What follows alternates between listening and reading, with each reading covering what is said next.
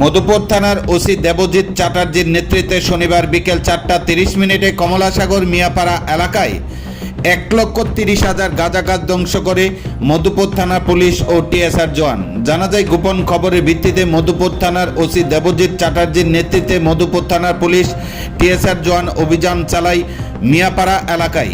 শনিবার বিকেলে মিয়াপাড়া এলাকায় অভিযান চালিয়ে 1,30,000 গাঁজা চারা ধ্বংস করেন। আগামী দিনেও মধুপুর থানা পুলিশের এই নেশা বিরোধী অভিযান জারি থাকবে বলে শনিবার সন্ধ্যা 7টায় মধুপুর থানায় বিস্তারিত জানান মধুপুর থানার ওসি দেবজিৎ চ্যাটার্জি।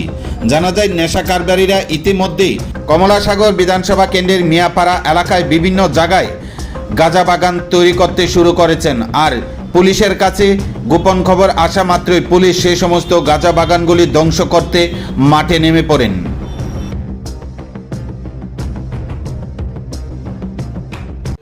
মধুপুর থানার উদ্যোগে গোপন সূত্রের ভিত্তিতে কমলাসাগর মিয়াপাড়া এরিয়াতে টিলাখাস ল্যান্ডের উপরে একটা অভিযান হয়েছে গাঁজা বিরোধী চারা যেখানে রোপণ করা হয়েছিল তার এগেনস্টে।